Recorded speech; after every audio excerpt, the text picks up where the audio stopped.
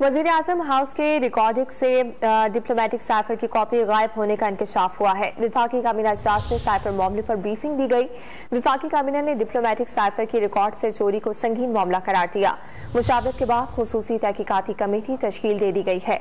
Committee साबिक वज़ीर आज़म इमरान खान और साबिक प्रिंसिपल सेक्रेटरी समेत तमाम मुलविस किरदारों के खिलाफ कानूनी कार्रवाई का तयन करेगी। डिप्लोमेटिक साइफर को मनगढ़ंत मुआइनी देकर सियासी मुफादात की खातिर कलीदी कौमी मुफादात का कत्ल किया गया और जालसाजी के बाद उसे चोरी कर लिया गया। ये आईनी हरफ दीगर मुतालिका कवानीन, ज़ाब्तों खासतौर पर ऑफिशियल सीक्रेट एक्ट की संगीन खिलाफ वर्जी है। विफाकी काबीना इजलास में साइफर मामले पर ब्रीफिंग दी गई। विफाकी काबीना ने डिप्लोमेटिक साइफर की रिकॉर्ड से चोरी को संगीन मामला करार दिया।